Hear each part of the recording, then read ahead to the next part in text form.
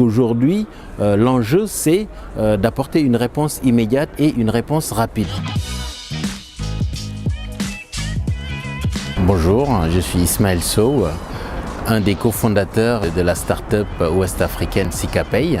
Alors CrystalChain est une société récente et nous proposons une solution de traçabilité de produits qui utilise la blockchain. Je suis Kema Benchikou, je travaille à SNCF Réseau, je m'occupe de tout ce qui est nouvelles technologies.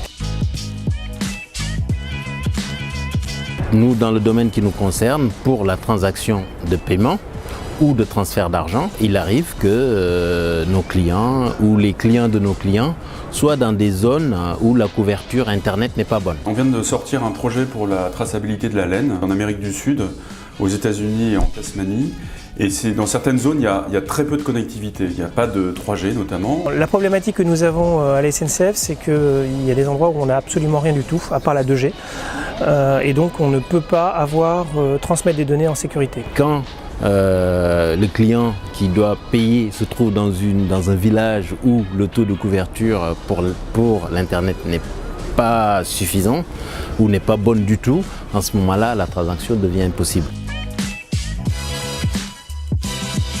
Nous travaillons à B-Band depuis à peu près 3 ans sur la connectivité augmentée.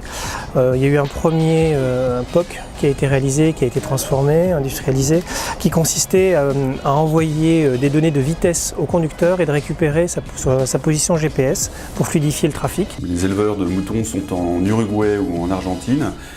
Et pour l'instant, on récupère les informations de ces éleveurs par SMS. Donc c'est très rustique.